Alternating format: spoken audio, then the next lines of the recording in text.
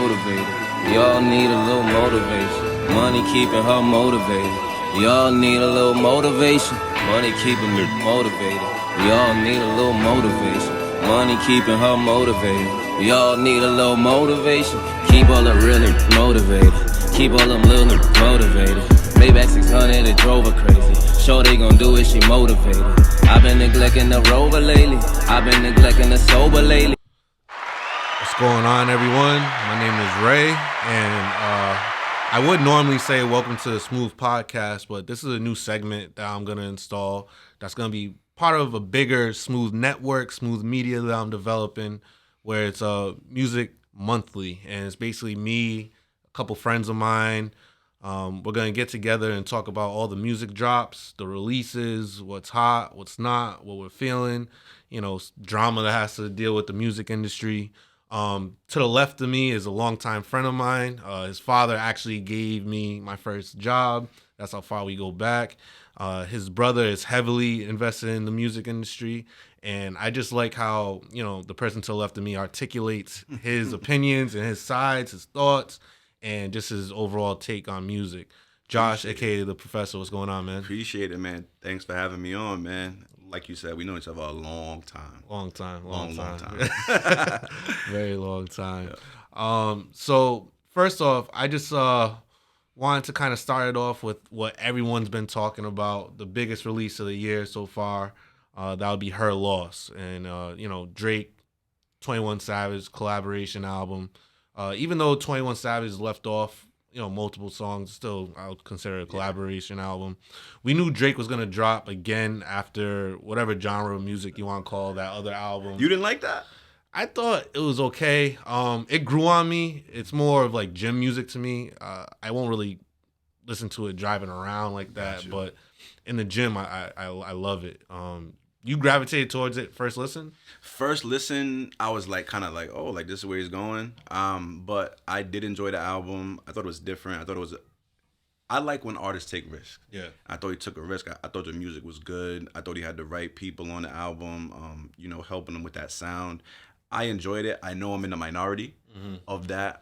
You could tell by, the way people talk about it, and just it didn't do what a normal Drake project would do. Right. In terms of impact. Yeah.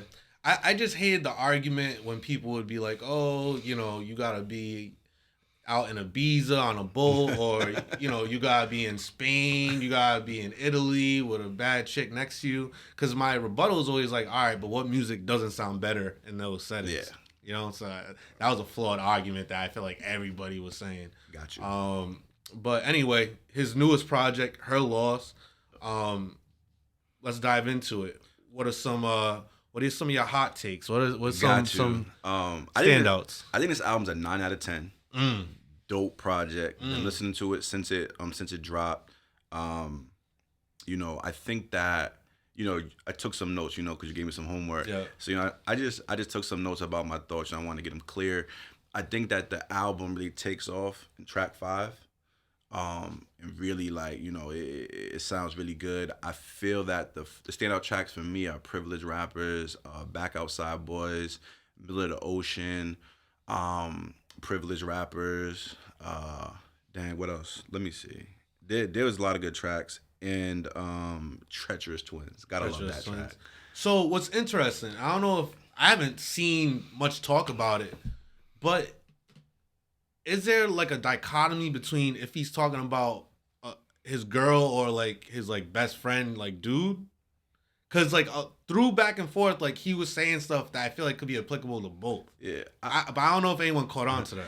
I feel that he is talking about women. Drake has had his various, relationships, and he loves to talk about his comings and goings with women.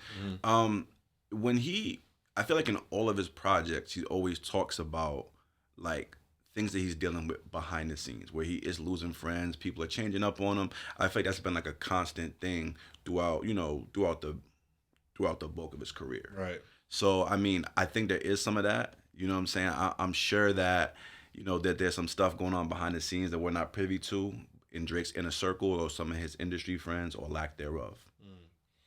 How'd you feel about the Meg Thee Stallion bar? I just thought it was like unnecessary. Yeah. You know, like we don't know what happened. You know, we want to believe victims for sure. And Drake knew what he was doing. I think that's why he sent little Yachty out there, or maybe Yachty's the one that came up with the bar and he was like, "Yo, you better go fix it." Right, right. What did you think about it? Yeah. I thought that during this whole project, he kind of tapped into I think 21 made him tap into this, yo, I'm gonna say this and like not care what happens. Like not care about repercussions for real. Mm-hmm. Like I thought he kind of like 21 brought him more into like that side of things where it's like, oh, I'm gonna say some like crazy stuff and like stand on it, and that's just what it is. Because like you said, it wasn't necessary at all. And then the only people that would be like, oh, about it are like, you know, like street people. Like no like average listener is gonna be like, oh, that's a hard bar. You know what I mean? So like the actual base that he was looking for to please with that too is telling. You know what I mean? Yeah, he was definitely trying to please the comment section of DJ Academics and YouTube streamers and stuff like that. So, I mean, Drake is smart. Drake is calculated. I think he's the smartest rapper in terms of like knowing every single button to push every project to ensure that he gets talked about and he has something on there for everybody. One thing I will say is you put another rapper in place of him, the Baby or, you know, other rappers that make headlines, and they say that bar, I feel like people are going to attack them way harder than they did Drake. I mean, I think that's true because it's just a situation where Drake is so popular, like, and his music is so good that you don't want anything negative to come from it. Like, if that makes sense. Like, the Baby's kind of teetering. He's done a bunch of stuff to kind of like get himself in some trouble.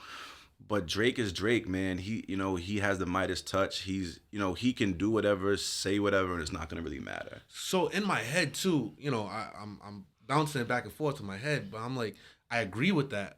But on the other end, I'm also like, isn't that more of the reason to stay away from stuff like that? Like you're such an entity, you're connected to so many brands. Like, isn't that more of a reason to kind of like, nah, like I'm cool on that? I think it is, but I just think because it's in a song, he's able to kind of get away with it because in hip hop, you can say a lot of things about a lot of people or a lot of current events, whether they're good or bad, and people will kind of like, oh, well, it's just him being an artist. If he went on Twitter and was like, yo, Mega's lying, he'd have got in big trouble. You know what I'm saying? I think that's the difference where like a lot of these newer artists, what they do is they go to the internet. And, Drake and some other artists who are able to kind of like fly, 1,000 feet above the fray, they're able to put it in music and people are like, ooh, like, it's more of like the, it's considered art. Right. And now 21 Savage, like, me and you were both avid listeners to the Joe Budden podcast. For sure. And Ice is like, yo, my hair laws don't have 21 Savage in it. Like, he took him completely off. And like, I don't agree with that sentiment. I thought, there was certain pockets where 21 really like added to the songs. Then there was some songs I'm like, damn, like, yeah, I wish I didn't hear a verse from him. What were your thoughts on 21 Savage? I thought he fit. Drake is almost like in basketball, like a guy that can fit on any team. So anyone that's gonna get on a song with Drake is never gonna not work. It's never gonna not fit. You know what I'm saying? That's his special talent. So do I think 21 was necessary? No, but I do think that he did add to the project. Even I think it was he had a 3 a.m. song too at the end where so he allowed Drake to kind of tap into the I don't give a F attitude. I'm gonna say what I'm gonna say and that's it. And so Drake allowed 21 to kind of tap into, talking, being more introspective, talking about the ladies and things like that. So I thought that was dope. Right. And what do you think about 21 Savage? Everyone asking him questions about all the Drake stuff, and he's like, "Oh, that's my boy. Like, I'm standing behind him." Do you think that, like, gangster rappers, gangster artists, they turn completely different when it comes to Aubrey? Because I feel like a lot of the times they'll be like, "Oh, like, if someone has something going on that has nothing to do with me, like, you know, Yeah. whoa, Drake's naming all these artists, all these different people, and 21's like, yeah, like I'm right behind them. I understand what you're saying. I think that it just depends. Like when Drake beefs with someone, like it's a rap beef, but we don't expect violence to come from it. Like if 21 Savage is beefing with Kodak Black and they bump into each other, we're like, yo, something could happen. Right. You know, and then Drake is the money, bro. Like 21 is about to go on tour with Drake. Drake's not getting out of bed for less than 1.5 million a show. So that means 21 is probably gonna get like 200-300 a show, maybe even more.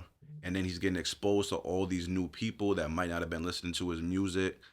He gets to be on these big records. He gets to be in a conversation. So he's like, let me lend some of my street credibility to what Drake is doing. Because Drake does talk some gangster, mafioso boss type vibe. And, you know, 21's like, hey, man, I'm going to stand beside him because I'm basically standing beside the money. You know, I'm sure they're friends. Yeah. Or at least friendly. Right. On that note, too, I think the John bar was hard. I think that was a hard... Because, like, he didn't... He like, I don't even know how to explain it. Like, he didn't necessarily talk directly to... Even though that's his name. Yeah. Like, you could hear that and just think, like, drama and, like, cha-cha slide. Like, oh, like, you know, fighting cha-cha slide type of thing. Like, but I feel like... First listen without hearing other people talk about it, you would just listen to that like on some regular whatever. You know what I mean? Nah, I thought the same exact thing. That drum kind of made it hot. Right. You know what I'm saying? But maybe he's mad because Drake isn't known for being like a tough guy. You know what I'm saying? He's not, you know, he doesn't come from that. He didn't get famous doing that. Right. But now that his money's up, you know, I'm sure he's crewed up. I'm sure they rolling around a certain kind of way. I'm sure there's a certain kind of energy that they're moving around with. And Drake's not taking no shorts. Right. Drake is not taking no shorts. Like I kind of noticed that on the More Life album. Yeah. Where it kind of was like, oh, all right, Drake. You know what I'm saying? So he's like, hey man, if you got something to say about me, you know, you might actually have to see me. but you're not gonna see me. You're gonna see 30 guys that are with me. So I mean. I don't see Drake as this violent, gangster, tough guy, but then again, he's not taking no shorts. Yep. And now, like, on that note, Drake's discography, where does this fall in the whole lineage of Drake albums? So this is a good album, and this album is a lot better than what's out there now currently. If we're talking about Drake's discography, like, for me... The Take Care, Nothing Was the Same, If You're Reading This, Views, that's Jordan from the Free Throw Line, 1991, Championship Run. Okay. You know what I'm saying? That's his prime, where he was making this great music. I think it's better than, I like it better than More Life. I like it better than the last album that he put out.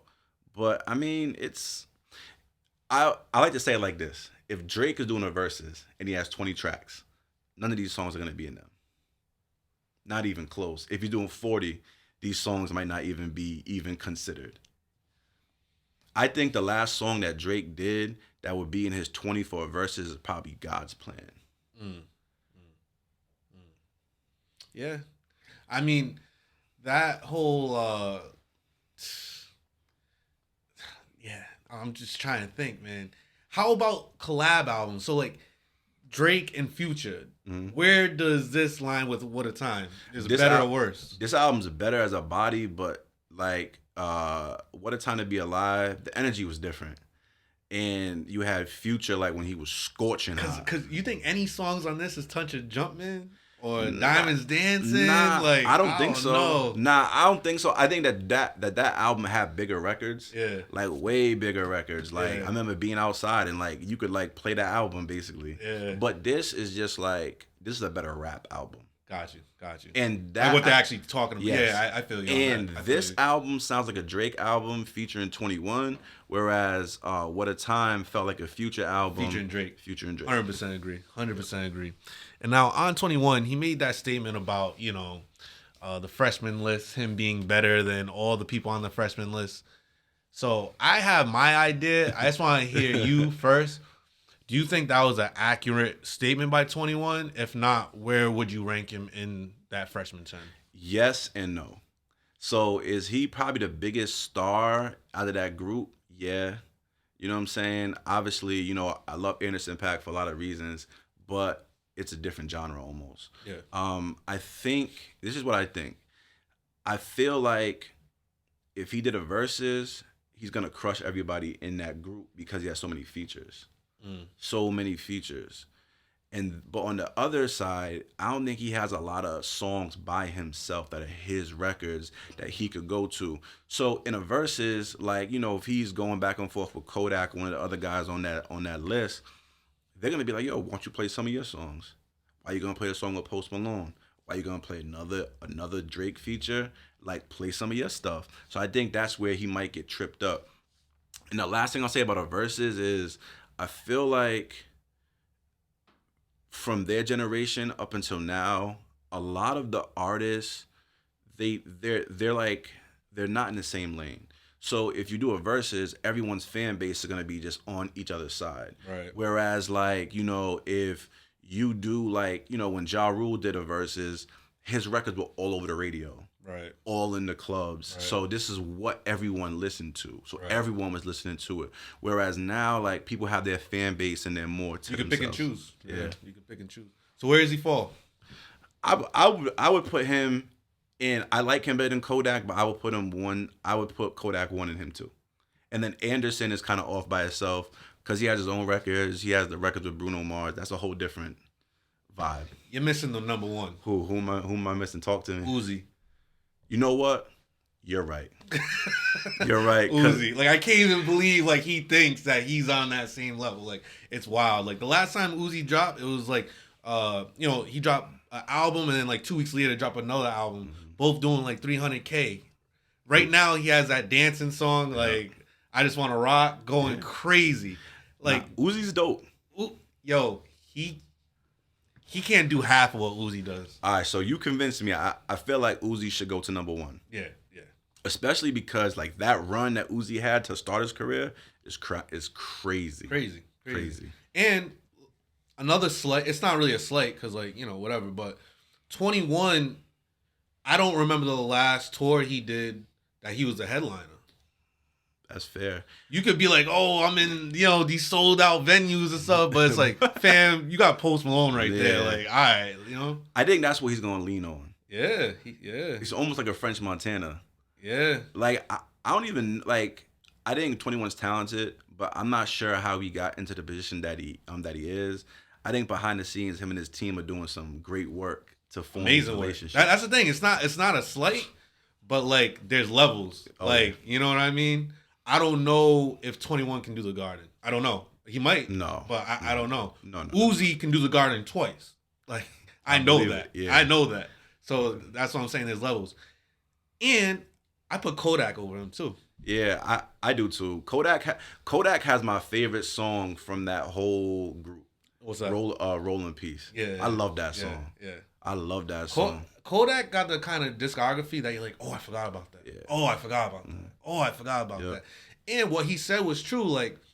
Behind the scenes, there's probably so many people that won't work with him or, people that won't give him a slot on their, concert festival or stuff like that. He does have a lot of things going against him through his own, BS and just, ignorance and acting wild. But I got 21 third, and that's not including Anderson .Paak, what you said. I feel you can make an argument for that. Yeah.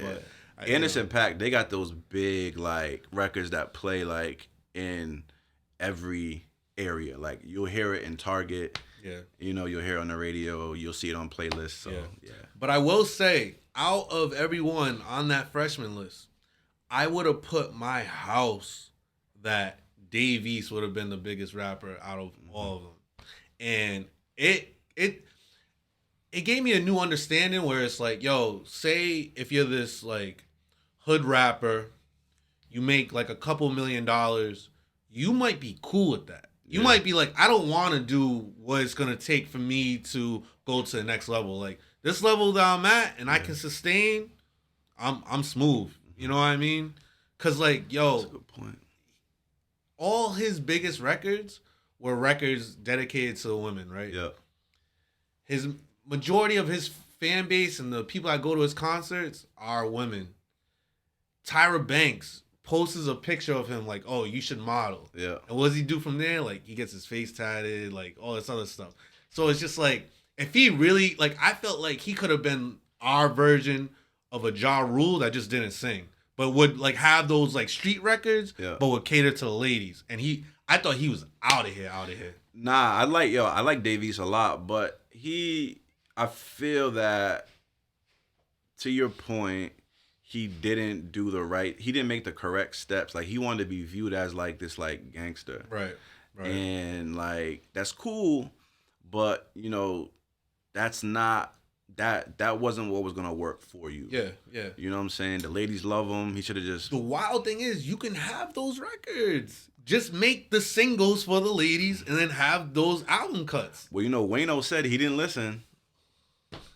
You know, so I mean, it's you know, he went from playing college ball to being in the hood to now you Crip. You know what I'm saying? Like we kind of going backwards. And then the other thing is like, you know, maybe because it's very obvious to me, right? It's probably obvious to you that that's what he should have done if he wanted to be a bigger artist. So maybe it's something that he understood, but just like, yo, I ain't trying to do that. Maybe. And then I just, all right, cool. I gotta respect that. Like, maybe he just didn't want. I can't want for something for someone that don't even want it for themselves. So it's like, I gotta understand, like, yo, maybe he's just cool where he's at. Nah, that's valid. It's so funny. I'm actually watching the Wu-Tang series on Hulu. Fire. Yeah, it's really good. His acting's really good too. His acting is extremely well. So he's in that. So maybe we'll see him in some more movies or shows. Yeah. So now on the Drake thing, you know, ABoogie moved his release date. Mm-hmm. I think he was the first one though to at someone. And oh wow, man, we got a special guest in the building. What up, baby? That's everything, man. What's up, man? How you doing, man? What we talking about? A familiar face, ABoogie. A familiar face in the building. Shout out Zeem, man. Thanks for stopping in. Absolutely, man. I'm sorry I'm late. I heard it. I just had to jump in. It's all good. You know, typical. It's Meek Mill Monday, so we know what you was doing. Flamerz, DC for life. I was in the back in the dark just listening to me. You put on your scented candles. You know what I'm saying? Flamerz 5, man. It's out. Make sure you go support my guy, a real rapper, a real artist. So we're gonna get on that real quick. I guess I'll spin it back super quick. 21 Savage. Where does he rank on that freshman top 10 to you? And that's him, Kodak, Uzi, Designer, Davies, and I can't lie, just sonically and just artistry, I gotta go Anderson .Paak. One? Yeah. Listen. He stepped it up another level. You proud of me? You proud of me? Proud of you. He stepped it up another level, especially with his joint venture with Bruno Mars. And like I said, he's able to dabble in a lot of tiers, a lot of genres. So I love him in regards to that.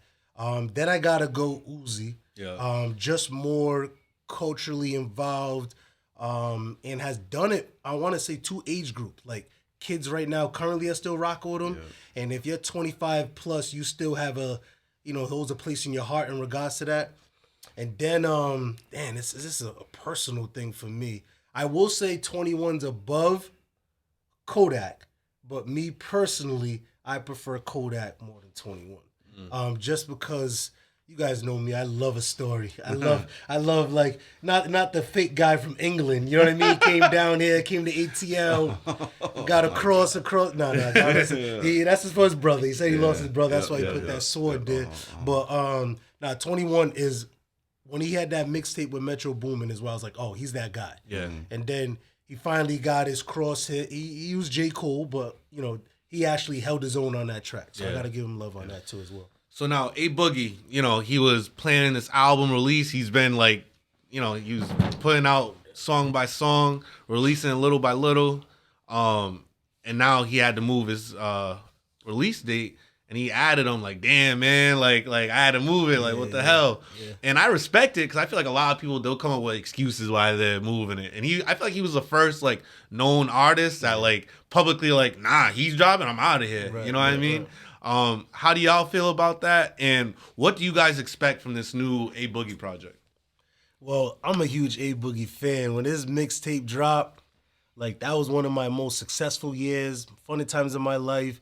And I just think this new project, I think he's gonna go back to that authenticity, that first album feel. Less on the auto-tune.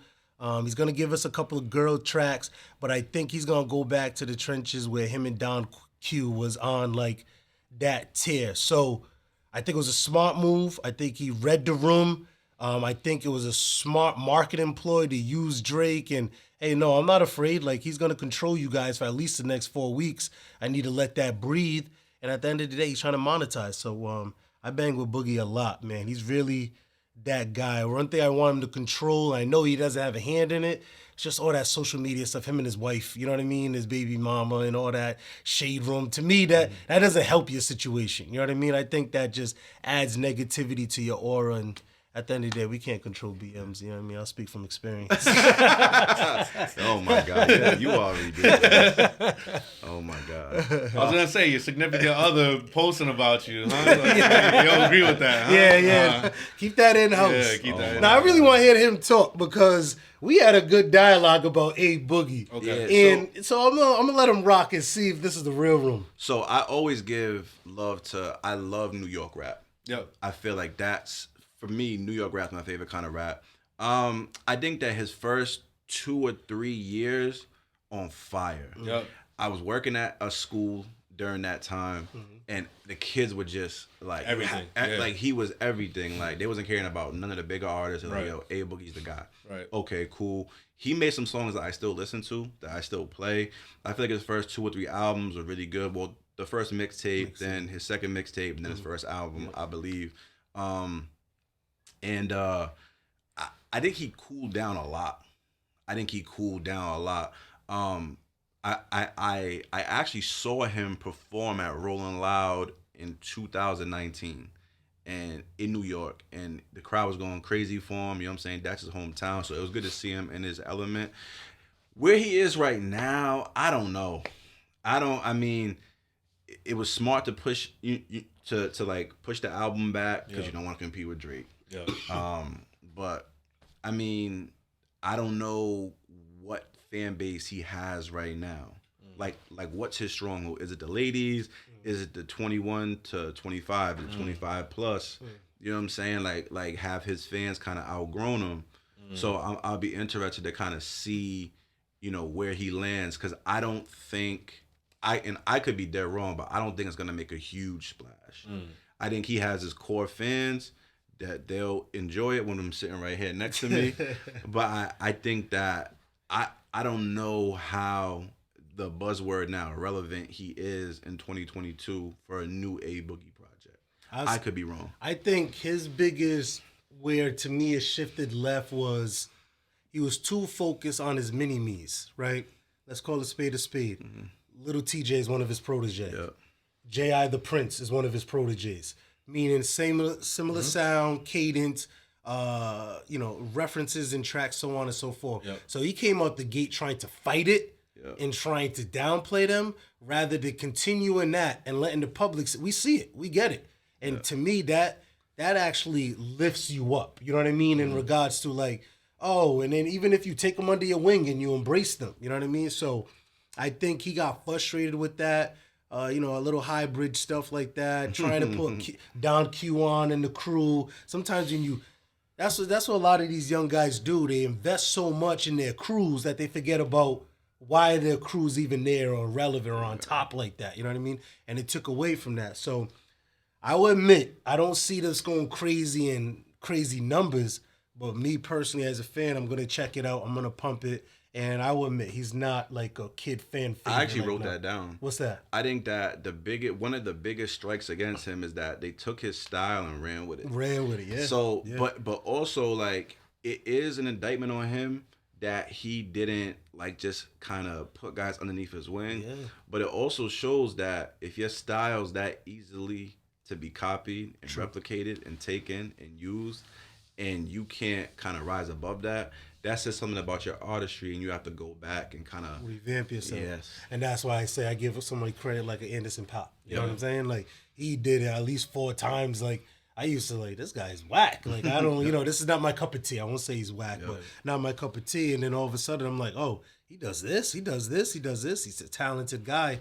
So you got to remake yourself. So as much as like I always hate on Drake, I seen 6 different Drakes in my lifetime of like type of artistry, even though he's biting everybody in every style, but at least he's able to do it at a high level. I'm just being honest. Yeah. So on that take, I think that Lil TJ out of the ABoogie stepsons and stuff, like Lil TJ is way more consistent than Boogie. I agree with Professor that if we're being realistic and we're taking our love for ABoogie out of it, he's been on a decline since year 3. Yeah, and I also think that ABoogie and Roddy Ricch are equivalents to me in the sense of we loved their originality and their sound and their style so much when they first came out that we're willing to give them as many chances as they need to get back to that. Because Roddy's been putting out poop. No, not this last one, not the Feed the Streets 2.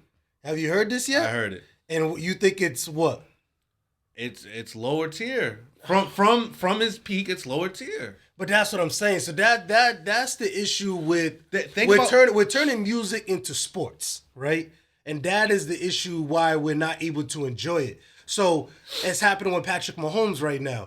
He's being compared to his MVP season. I can't expect him to show 55 touchdowns at 5,200, but he's throwing 40 and 48. That's still good compared to the rest of the class. As long as you're doing your average or above, I'm cool. Yeah, we can't say Roddy's doing his average. I think Roddy's biggest problem is that he ran into something that a lot of artists face. Sometimes a song gets bigger than the artist. The box. The box got so out of here. What's it like Diamond now? Yeah. And it's his song. And it's his song. So it's like now he's in the studio trying to recreate that. You know what I'm saying? And it's just that's just not how it works. Yeah, but he had songs prior to that. To me, you're talking commercial base. I'm talking what grounded him and made him a credible artist in my genre and my demographics was his first album, The Die Youngs. You know what I'm saying? Like, I feel that, but Zeem, the point I'm making is that so now he's viewed as this tier artist when really he's down. He's really this tier. He just had a song or two that caught. Okay, all right. So I now, get that premise. Like now people are like, oh my God, you sold 60,000 first week. Thought you was a superstar. Right. No, you just had a superstar song. Yeah. Right. That makes sense. I could concede to that, but we gotta stop comparing to everybody to their peaks. Yep. And that's what you just did right there. Because if you listen to this body of work, I need average. This is top tier compared to a lot of the music that came out. But if you're comparing it to, excuse me, I'm Antisocial, I think the name of the album, then you're right. It falls short significantly. But I am looking for what I originally, enjoyed from him. And that was his first album, what I got into. So that's why it's a difference between people who listen to music and then fans. And I admit, as a grown man, I become a fanatic. So I not only enjoy the music, it's the lifestyle, it's the story, it's the background. And then it makes me enjoy the music more, where the common listener, to me, in my opinion, just listen and what's moving and grooving via social media. And that's the difference.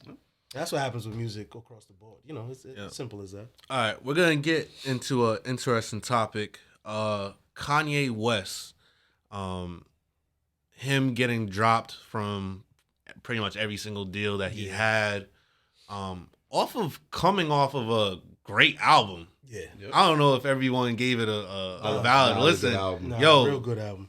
Donda? Yeah, real good album. He smoked that. Yeah, he did. Production wise, song concept, he smoked every that. features was lit. Yeah, it was a good Fabio might have had verse of the year on that album. Yep. Yeah. Mm-hmm. I didn't know he could rap like that either. Yeah. Me neither. I can't front. So what do you guys make of what's happening to Kanye West?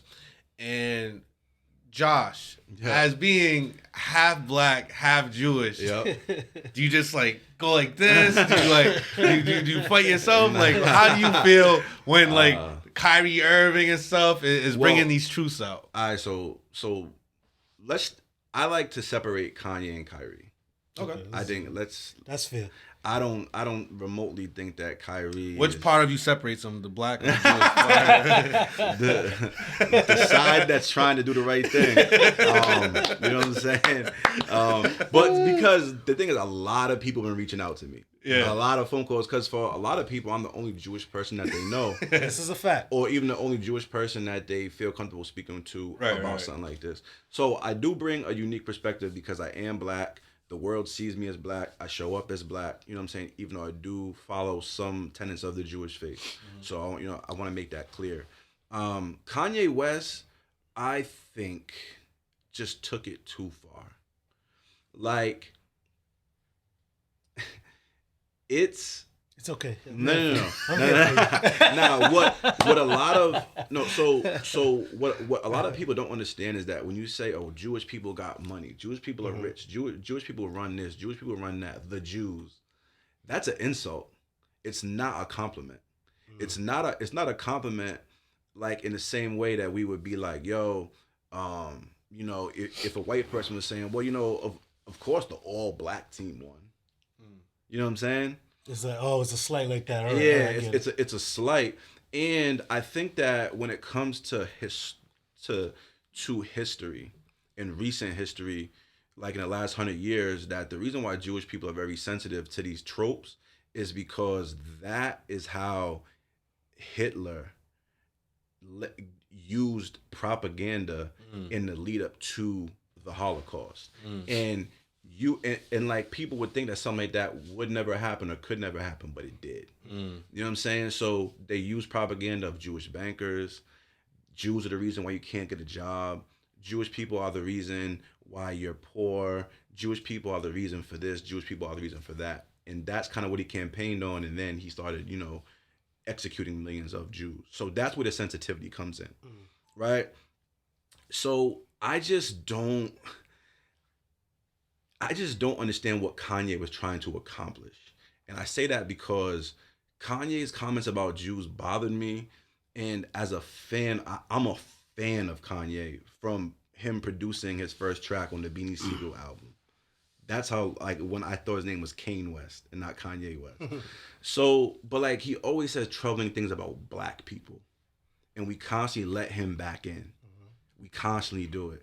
Slavery was a choice. Harriet Tubman didn't free the slaves. The White Lives Matter. Run around with Candace Owens. Trump is my daddy. Wearing the red MAGA hat. You know what I'm saying? So these are things that he's done to black people that I think are just as harmful as the things that he said about Jewish people. Speak on it. He's preaching right now. I think they're just as harmful, right? He's preaching. So here's the difference is that black people, we're not in position to, for lack of a better term, take things away from Kanye or punish him for his words, right?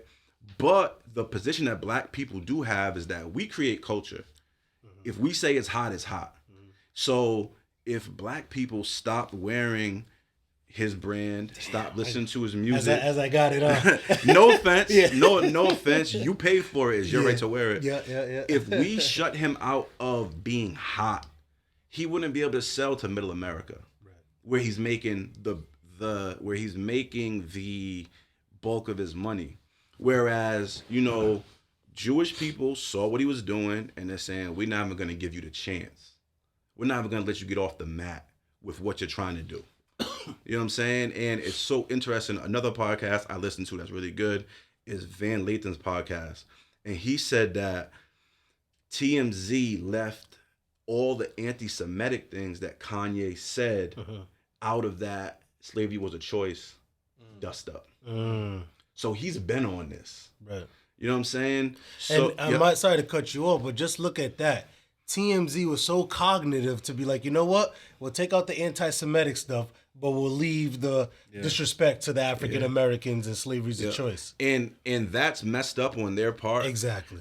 But we're the ones that'll be in a barbershop. Well, I kind of see what he was saying. I feel him. Mentally, it's a choice. Well, something else too. It's like when someone talks about their own people. You can't censor them. It's hard to censor them talking about their own people. Like even just now, right? Just now when he was like, Jewish people, they take being, the head this, head that, Yeah, making yeah. all this money as a slave. I was this close to being like, that's not a slave, but I can't tell a Yeah. Jewish person Right, how that they feels. feel about Right. whatever. Like, that's not my place. It makes me think of when LeBron James is rapping the 21 Savage lyrics of like something money, Jewish money, yeah. Jewish money, and he was saying it in he thought a positive way. Yeah. He received the backlash, and he's like, "Oh, let me apologize." And I think that's what it comes down. My issue with Kanye West and everything that he's doing is just like what he said. It's just like he was picking and choosing. So you begged for like 3 to 4 years to be in bed with these individuals, the designers, before he got to Gap. I want to sit at the table with Balenciaga and Adidas, so on and so forth. I borrowed 40-something million from Kim K to get this started. And then all of a sudden you got there, you got that position, and then you just outright disrespectful. And I didn't understand, he never explained to us what transpired that had him so frustrated, and angry that made him spew all those hateful things. Versus if, not bringing up Kyrie Irving, he was trying to learn. He was like, this is a belief. This is a religion thing. I didn't know me searching this and trying to learn my culture and believing in this is going to offend you guys. And that's where he just got messed up with the link was, it was some truths that was some beliefs in what he thinks, but it was a lot of false narrative that led to what Hitler had done during that time. So to me, I just lost a lot of respect for Kanye West. Obviously, I would never take the music away from him and his talent and his brilliance and one of the best documentaries, inspirational-wise, I've seen on Netflix that he dropped. But what he has transpired, and I get so, and I'm gonna call this, me and him, we went at it. You know what I mean? And he knows why we went at it. Yeah. We went at it because I was just so taken back by not him per se, but our culture being so fine with the Harriet Tubman, slavery was a choice, White Lives Matter, so on and so forth, and still campaigning for Kanye West. Now another demographic is holding him accountable like we should have, and then now we want to, not attack, because I don't want to put out there that you attacked or anything of that nature, but trying to be woke now to what Kanye was. And I'm like, no, I can't go for that because what he was doing to us was BS. And I always say that, and I brought this up. That's what Fox News does to us when they be like, well, look at Chicago. Yeah. You guys want to stop guns? Well, look at Chicago. And that is their go-to of everything, like what black people do and paint us at a broad brush. And I'm just like, nah, I'm not going to let that rock because that's what he did. And it was unfortunate. And at the end of the day, like I said, if I own a business, if I have a hookah bar on Broad Street, and you're saying F hookah bars, F Broad Street, all this stuff like that, blah, blah, blah, I have a right to be like, you know what? You're not bringing your sheesh and your coals here to my hookah bar anymore. Does that make sense? Do you think that's what I think. Nah, it does. do you think Kanye proved any of his points though? I'm gonna tell you why he proved some and then didn't prove others. He proved the point to me that we as black people are fractured. Okay. Like, so here's the thing, right? So, and you're gonna have to elaborate that fracture thing because I think I get what you're saying, but for the million people watching, I want to make sure that they're clear. All million of them. Yeah, all million of them. So we're fractured. So like when he brings up slavery is a choice. If you have a group chat of 10 black men, 3 or 4 people are gonna say, "Oh, I understand what he's saying. I definitely get what he's saying." But when you actually try to put yourself in the shoes of a person that was in chattel slavery, right, in the 1700s, in the 1800s, it really wasn't a choice. It was either live as a slave or die. Right. And there were a handful of people who were freed. You know what I'm saying? So it's like, who even gave you the right to even say that about those people? You don't know. Like, yo, you haven't done anything tough in your life. Right. Like, you haven't done anything tough in your life, bro. Right. Like, these people went through hell. When you're talking about them like they're soft, it was hard. Right. You know what I'm saying? So, and here's the thing about, and here's the thing, right? So people say, well, they'll let black people get on these records and diss each other and talk about guns, drugs, and robbing and stealing. Yes. So if Lucien Grange, who's the biggest person in music, it's not Drake, it's not Jay-Z, it's Sir Lucien Grange. If he got on a conference call tomorrow and then did a press conference and said, we're not going to allow any talk about drug dealing, about sex, about belittling women, about anything that's explicit, it's gonna be all positive rap. Yo, people would protest against that. Yeah. And so part of me is like, damn, like that's really messed up. And the other part of me understands why that is, because so to kind of bring this full circle, here's why I think my Jewish brothers and sisters can't fully understand. What Kanye did and said is wrong. Anti-Semitism is wrong. The link that Kyrie posted, it was messed up, but I don't think he's a bad guy. And I don't even like Kyrie, but I don't think he's a bad guy. I don't think he's bigoted or anything. But the treatment that black people have received for hundreds of years in this country makes them less empathetic towards Jewish Other people issues. in general. Yeah. Right. So yes, Kanye is wrong to a much lesser. Kyrie's wrong, but it's like, damn, bro, like we've been catching hell since the 1600s. Right. Jewish people did catch hell when they first got here. Jewish people have caught hell going back centuries. However, the difference between black people and Jewish people is that they marched together for freedom in the 40s, 50s, 60s. A black person helped co-found the NAACP, right? But Jewish people get to benefit more from civil rights because they're white. And just kind of moving things forward, RIP Takeoff, that was a crazy situation. Real quick, I'm going to go through these last couple topics pretty fast. Yep. Just quick thoughts about it. And is there any way that we can stop rappers from being killed at the rate that they've been getting killed last few years? 'Cause I feel like it's been, something totally outrageous. Jim Jones once said, rappers have the most dangerous job in America, and everyone kind of laughed. It was like 5 years ago, and now it's coming true. So real quick, if you guys can just RIP Takeoff, pioneer to the rap game. I think it's just sad and unfortunate. And then I think it's even more sad and unfortunate how nonchalant even the investigation going. Plenty of witnesses there, and now it's a double compound, because now we see a murder that happened of an innocent man, and then now the street code aspect of it has to still be intact, part of the culture. So, for example, Jay Prince Jr. and Quavo, I'm just bringing them up because we know those individuals. But now something that they've been preaching for a long time, and especially with the undertone of stop snitching and won't snitch and won't take the stand, whatever.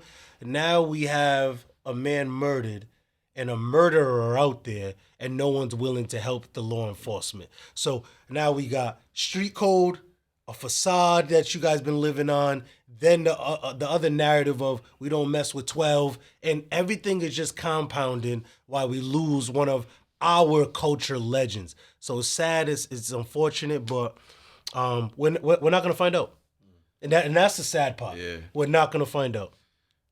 For me, the thing that struck me was like, I was like, oh dang, like Takeoff got murdered, and then when I saw like 1994 to 2020, I'm like, yo, he was so young. Yeah. And so that really bothered me. And then like this, and secondly, like it's just the culture of rap. First of all, yes, like Takeoff is a major recording artist, you know what I'm saying? But a lot of these rappers that have been killed, like they're rappers, but like no one's really heard of them until they get shot, if that makes sense. Nah, I gotta disagree. Nah, because I think you said a major. There was a rapper named Jay. So anytime someone gets shot, I feel like, and they're like loosely affiliated with being a rapper. Yeah. It's like a rapper, another rapper killed. Like Nipsey Hussle was a rapper. I'm talking about guys who are like in rap, who are like making money. But that's what I'm saying. I could say Nipsey. I can say Pop Smoke. I can say Young Dolph. I can say Takeoff. I can say, I think I'm familiar with him, but Mo 3 from Dallas. What transpired with that? Draco the Ruler. Like, so I get what you're saying. There's levels of this tier thing. Yeah. But if you know, you know. That's what I'm saying. Like, so it's unfortunate because, like, yo, the worst part about it is if you just hire security, and there's a stigma against hiring security. Like, they rather check in with Jay Prince and Jay Prince Jr. than hire 4 off-duty cops to take care of them. That's crazy to me. What other genre of music have to do What that? other genre of anything? So there is an issue in rap, but it just goes back to a lot of the street BS is filtered into the industry. Right. So Meek dropped today. I'm sure Zeem can give us a quick take on it. Nah, listen. What he did, I just love what he's doing. Obviously, he has his issues with the media, not the media, the corporations, the music corporations, so on and so forth. He's going a different avenue in regards to releasing this type of music. Obviously, this is for promotional use only, so he was able to get a lot of samples, and you're going to hear a lot of your favorite songs in there, and him basically just flipping it and having his own Dream Chasers mix with it. But you can hear the hunger. You're going to realize why, again, he's your favorite rapper's favorite rapper, right? And whether you like to believe it, Jay-Z co-signed. Who did Kanye West said in his last interview? He's laughing. Well, Meek Mill is not. in his Wait. Yeah, okay. Meek Mill is not Fab's favorite rapper. But continue. He's in his circle, No, and they he's not. respect him. No. And Kanye West. But And Kanye West said. he just did disrespect Meek Mill. And then he came back in that same interview and said he's one of my favorite rappers. When I hear Dreams he and said it's Nightmare, up. huh? The last thing I heard was that You didn't watch the full 3 hours then. No. I'm talking about when he was. Zeem in his was waiting car. for that apology. He was in his car, like, and he's saying, like, yo, like, my mom got sacrificed. Jay-Z and Beyonce this. Meek Mill, send your Jay-Z, send your Beyonce. But Anyway, my bad. I didn't mean to regardless, break your anyway, momentum. Flamerz 5, dope mixtape. It gives that I can't feel my face type vibes. It feels like everything that we used to grow up on. That's what you're gonna hear from this project. I will admit, I am so spoiled with playlists and DSPs and having it on my phone. So far, I had to listen to it on YouTube. And what I love, YouTube's new feature, you can still text and listen to music, but definitely check it out. It just dropped 5 o'clock today. So I'm not a big Meek Mill fan. Every album that he drops, he gives me 3 to 5 songs that I do like. I think his last really great body of work was Championships. That to me is his best album. Tough. That's his best album. I think he brought everything together on that Championships album. is real tough, actually. So I mean, I'm gonna listen to it. The thing I like about Meek is that he does spit, he does give bars. So Ray kind of like texted me before the show, and like, so when I'm thinking of Meek, I'm thinking about his business model, and I'm very interested to see how it works. Because Meek Mill is used to being on a major, being in the spotlight, been on tours, and working with all the major artists.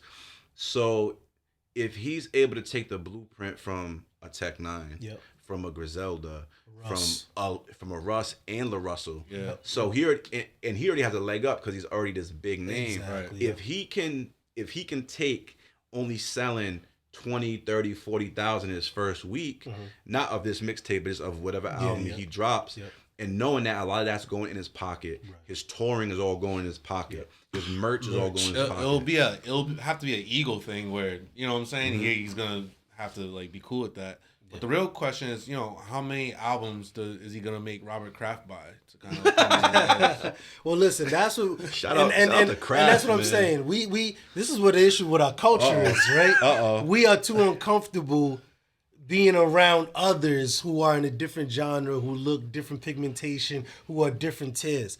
Because I was always taught, in order to have impact, you got to get in the room. So the only reason why he got the ownership of Lids is because he was cool with Michael Rubin, who sold that off from cheap, and now he is a owner of a long-standing brand that was on the shelf for a while, just making millions now, while he's sitting back and able to sign artists. Robert Kraft, MMG, Rick Ross, you know what I mean? But I like to get in those rooms, so we got to denounce this notion. Okay. All right. He said yep. So just to wrap things up, for this month in music on the wrap up, what I'm gonna do is kind of ask some, I guess, older questions per se. Dirty Sprite 2, Future's album Dirty Sprite 2. Where do you guys rank that in our generation rap albums? You want me to go first? Yeah. So I like to marry DS2 with 56 Nights. Okay. Because some of the same songs are on there, but like March Madness on 56 Nights, that that run was special. I don't know where you would rank it. Like, it's not quite the 50 Cent or the Drake or, you know, or the Kendrick first run or J. Cole's run, but it's up there. It's like that 18 months in terms of impact in the clubs. Do you think it would be 10? If it's top 10 albums of our generation, do you think it hits 10? If I'm putting those two albums together, it has to be. Yeah. It has to be. I Maybe know this top might 5. sound blasphemy. I'm not saying he's on that level, whatever. But that year span, 56 Night to DS, it reminded me of what DMX did in 98. Yeah. Like those two albums, obviously that went double platinum, whatever. But when I'm telling you, Future ran everything. Smoke Lounge? Oh my God! Like it was like, listen, it just had a impact, and then he had these one-liners that just resonate. You know, with your chick in the Gucci flip flops. You know what I mean? Yeah. Thumbing up. You know what I'm saying? Like these little one-liners that just. Generations that I definitely top 10 for me. All right. And to kind of close things out, I just want to know each one of y'all individual top 5 dead or alive. You want to go first? All right. So this is my own personal one. Personal one. In no particular order. For me is Jay-Z. I need it in order though. Oh, you need an order? All right. Number 1, Jay-Z. Number 2, Fab. Number 3, 50 Cent. Number 4, Meek Mill. Number 5, and this is my own personal one. You could do whatever, laugh, whatever. But for me, it was Nelly. I grew up on Nelly. Nelly and Ja Rule, 5A, 5B. That's my own personal. So you was doing a hot body contest at Club or Diesel? You already know what I was on time. I was on that time, man. So this is my top 5. Jay-Z's my GOAT. Nas, to me, is number 2. Clear, Tupac number 3, Kanye, and 50 Cent tied at 4th. What is your top 5? My top 5, I'm gonna do. And you can't say Post Malone. I won't say Post Malone, man. Oh, he loves Post Malone. Yeah. So he back in the day, he didn't know how big of an artist Post was, and I tried to school. You tried to tell him something. He did. Yeah, I was late to the party. Yeah. But one for me is Fabulous. 2. Jay-Z. 3, I'm gonna go. Might have to go Nipsey, number 3. Trying to think. Yeah, I might have to go Nipsey, number 3. I respect it like that. 4 and 5. I am gonna go 4, Drake. I respect it. 5, I'm gonna go. It's not easy, right? 5 is a tough one. Yeah, it's not easy. All right, so for 5, I'll go J. Cole. I'll go J. Cole 5. Yeah, I'll go J. Cole 5. Why you say it like I'll go that? J. Cole You know 5. Cole's that guy. Cause just like you said, I do hold people to their highest. Yeah. And Friday Night Lights to me. Yeah. That was it. That's the top 10 body of work to me. That's the top 10. Yeah. No, that was tough. I remember when he came to Rhode Island College for $1. $1. Oh my God. I was like, who is this guy? Like, killed it. Me and Rodney had a good time in there, man. Well, I definitely appreciate y'all for coming, and I hope you guys enjoy kind of like the new segment. I'm gonna be doing a lot more just like random kind of things other than just interview podcast. What's up? And so this is kind of like the first road into just smooth media, smooth network. So I'm happy you guys could come and join me on having this. me, bro. I appreciate it. Appreciate it. I know I came in uninterrupted, you know what I'm saying, and just shut it down. All I seen was a white flash coming in. Move over. But yeah, as always, y'all stay smooth out there. All right, man.